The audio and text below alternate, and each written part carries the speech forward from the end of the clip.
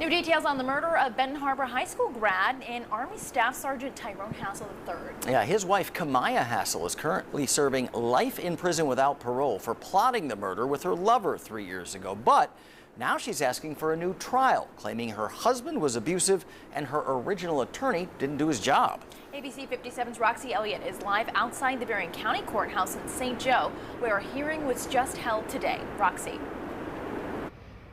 Guys, good evening. Well, Kemia Hassel and her former attorney, Christopher Kessel, both testified in court today. She claims that Kessel did not provide effective counsel while he was representing her, that she was actually abused by her late husband, Tyrone Hassel III, and now she'd like to appeal her life sentence.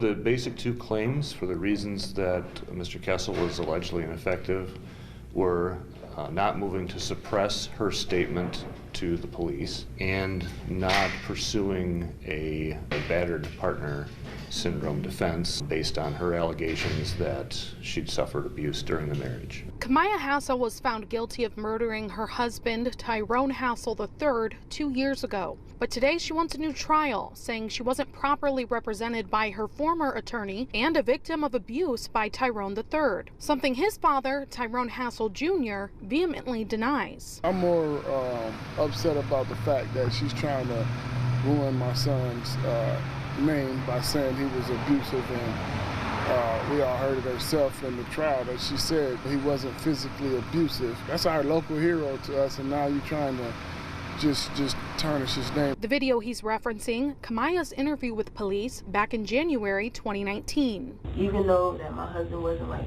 physically abusive, I would think of it as like battered woman syndrome or something, because that's kind of how I felt. But he didn't batter you.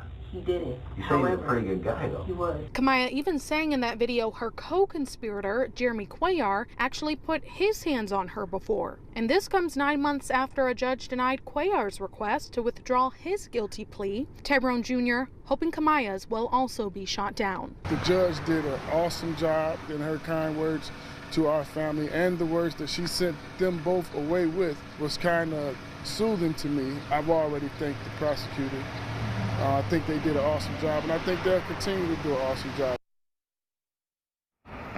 The judge will now transcribe both of those testimonies from today's hearing. Attorneys on both sides will also be able to submit briefs on how they think the judge should rule, but they don't expect any decision or update until around September. We'll, of course, stay on this story and bring you those updates when they come. Live in St. Joe, Roxy Elliott, ABC 57 News.